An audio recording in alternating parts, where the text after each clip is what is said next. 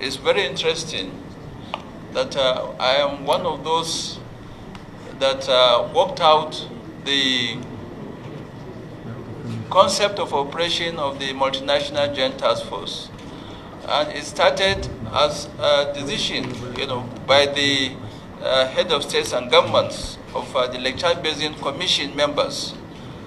It was in office from early 2013 up to 2014, but I joined them later, early in 2015, and we started and continued with the diplomatic aspect from the chief of defense staff level to the ministerial level and up to the head of states and governments level.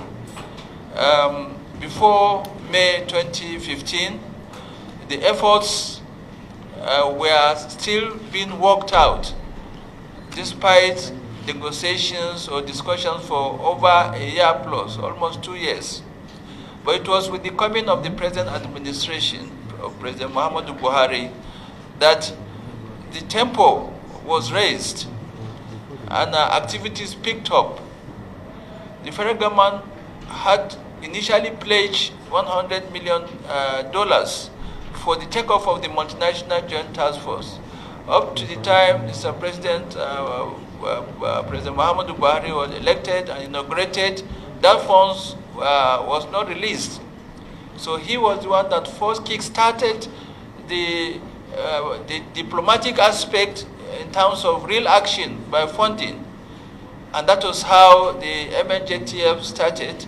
And as the commander, we swung into action between July, August to September. No, that was between April, May up to June, and then early July of 2015. And that was a good diplomatic move that brought about this. And right now, as I'm talking, the multinational joint task force countries, we have the Cameroonians operating along our border lines up to Sambisa with Cameroon. Our troops are also collaborating with the Chadian as well as the Nigerian troops. We also have the commander, who is a Nigerian, and they've always been Nigerian commanders, Nigerians who command the MNJTF. Now, as far as diplomatic aspect within the sub-region, especially the Lake Chad Basin Commission, it has made tremendous success. But the frustration is that of an asymmetric warfare.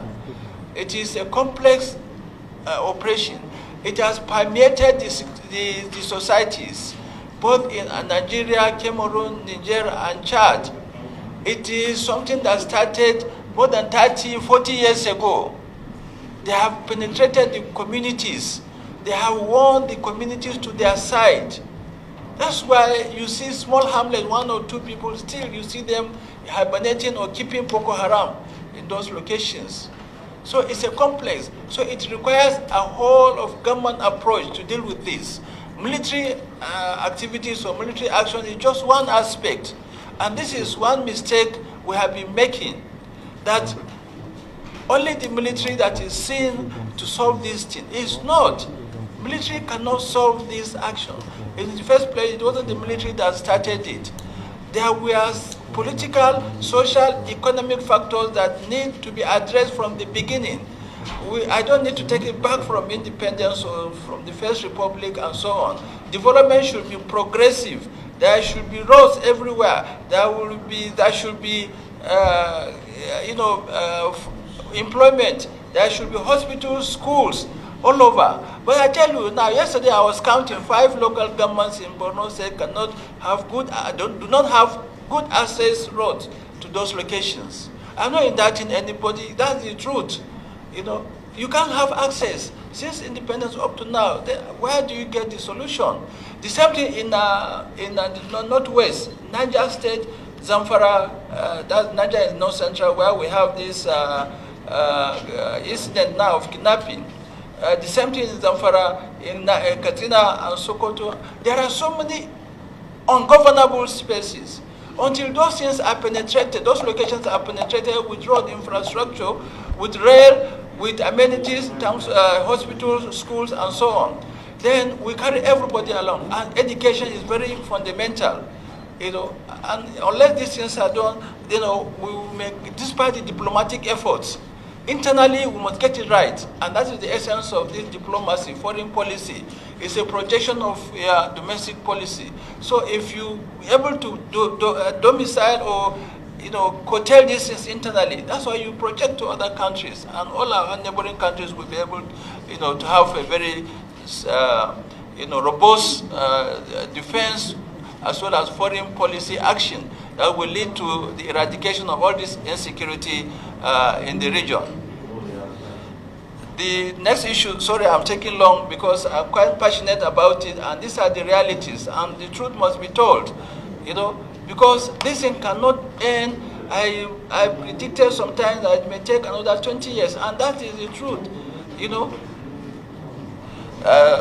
His Excellency Senator Bikula Amosun did mention that the issue still, I think it's related. You know, insecurity still pervades the nation, and it's still shocking to continue to see things are still getting out of hand, probably. Why, despite all the efforts, finances, you know, equipment, and the rest from all areas. One of my responses is to what I just said, you know, but as far as since 2015, I met an army that is demoralized, an army that had no equipment, even simple troop-carrying vehicle. In Maiduguri, they were using civilian joint task force vehicle to move troops for operation. They were using trailer that carries horses, donkeys, what do you call it, cows, to move troops from one location to the other for operation. But today we have invented our own indigenous vehicles, the Ezgo MRAP, the Konkaro MRAPs, to change the narrative. And if you see, the trend has been that, you know, most of those areas that hitherto have been occupied by the Boko Haram terrorists have been taken over by our troops. But how do you sustain it?